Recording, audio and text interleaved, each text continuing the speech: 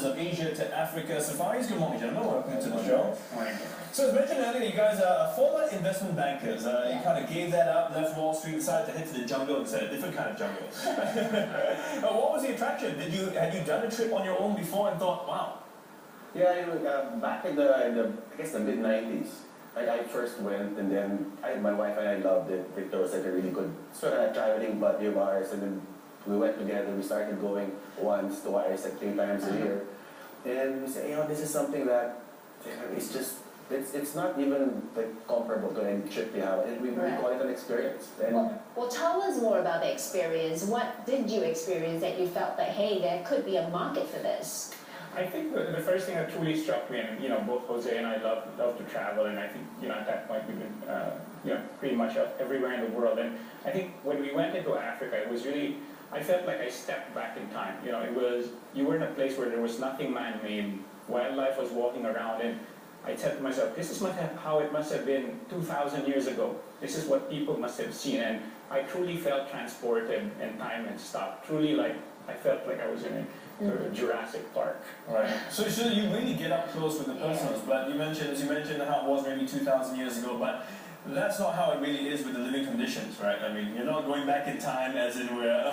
Yeah, you're not exactly, we like to tell our clients, you're not going to be slumming it. So, I mean, it's probably the most luxurious trip out there in terms of, your accommodations, but over and above that, you have just this luxury of space. We have this, one of our favorite camps in Botswana, which Victor and I have been to many times.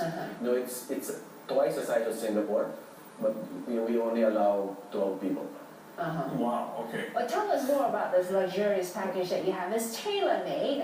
You've decided to focus on a key market versus a mass market. Is there a particular reason why?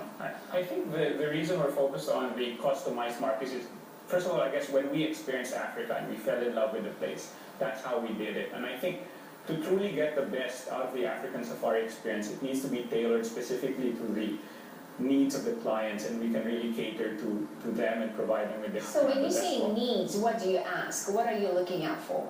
Yeah, there's a combination of people. They have some people who are really going to be there, what you call your National Geographic buffs.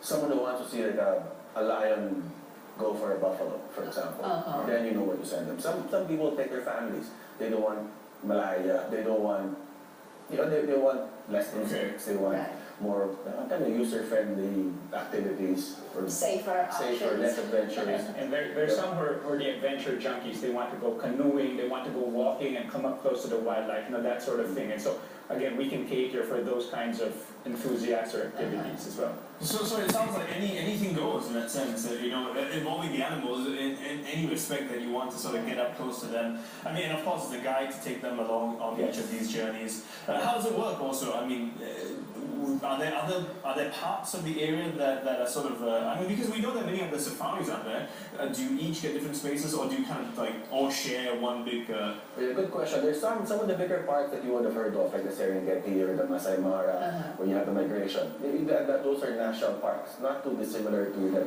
Yellowstone and Yosemite. Okay. But we have these what we call private reserves, where all these huge concessions, ranging up to where we have a concession which is like 1.5 million hectares, for example, which is, I would say, that's like maybe 40 times the size of Singapore. And they limit what they call footprint that guests do and can have. Because you want to preserve it. Yes, and this is something that you just don't want to harass animals. You don't want to overexpose them to people, and it reflects on your own experience, because you want it kind of all to yourself.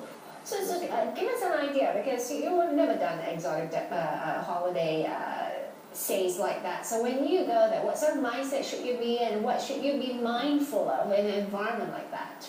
I think in some sense, as I said, we have a guide who is a specialist guide who's well trained in terms of dealing with wildlife and nature, who's highly educated about the flora and fauna in that area. I think people generally should come with an open mind, that they're there to experience something different, out of the ordinary. And I think that's what the guests enjoy truly, because you can go there and you're learning a lot about new things and seeing things in their natural environment. I think that's really what what the experience is all about. So can anybody go, or is this better suited for some ages, some types of, people? Maybe not so young. Yeah. Yeah, but as long as you're reasonably fit. We were just talking the other day. We just had a client come back. It's a big family, and the grandmother was 92. Right. She loved her trip. Let's do it again. Yeah, we do.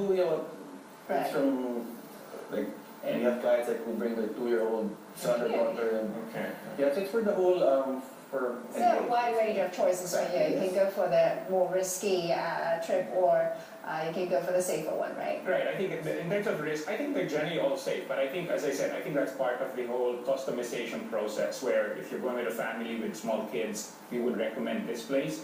If you're a husband and wife who are Right. into adventure sports, then we would recommend another place. I reckon your luggage will look pretty different when you go to a destination like that. I mean, are there special things that you should pack or Yeah. bring with you? I think one of the services we like to do is we actually have a fairly comprehensive packing list, and in fact, some of our consultants even have gone to the extent of going to our clients' homes, helping them to pack. Oh, okay. And we even tell clients, look, this is where you can buy this particular type of clothing or this particular kind of gear, because I think the thing to remember is once you're out there, you can't just go into another shop and, I There's no forgot this and convenience buy store. something like that. So you need everything, but at the same time, you have to pack something fairly small and light. So what are the unique things on the list? Unique items Some there? of your normal, you just have to bring actually like a few sets of clothes. Right.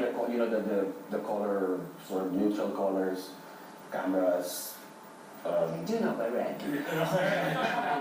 None of the bright colors. But usually it's day trips, so people will go out and spend pretty much the whole day out before they come back to the resort. Is that right? Yeah, typical days you actually head out in the morning, because animals are active very early in the morning before the sun becomes hot, and then they sort of hide and rest for a while. Then you go out in the afternoon again, after 4 o'clock. So in the middle of the day, you can siesta, you can go to these hides and just hang out with a book and wait for animals to come to the water. And What about vaccinations? I mean, are there particular ones, health requirements before you enter the country? I think that's a common misconception that you need 20 jabs before you get to Africa. In fact, most of the places that we hold safaris on, the main medication you'll need to take are anti-malarial pills that are just orally ingested, and then there are maybe a handful of places where you would need the yellow fever vaccination, which is typically good for 10 years. So it's fairly benign. I think people have much, as I said,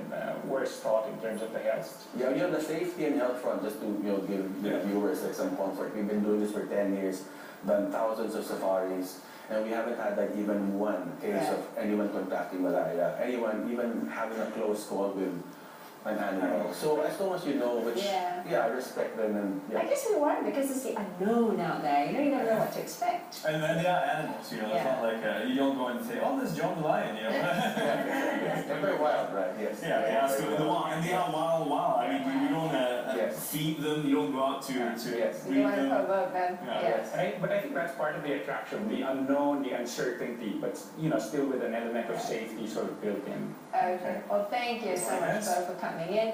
Jose Cortez and Victor Dizon, the founders of Asia to Africa Safaris, are talking to us about the increasing popularity of African safaris among Asian travelers today. And also some things to be mindful of if you are planning to take one of those I know I'm trips. not wearing this to Africa.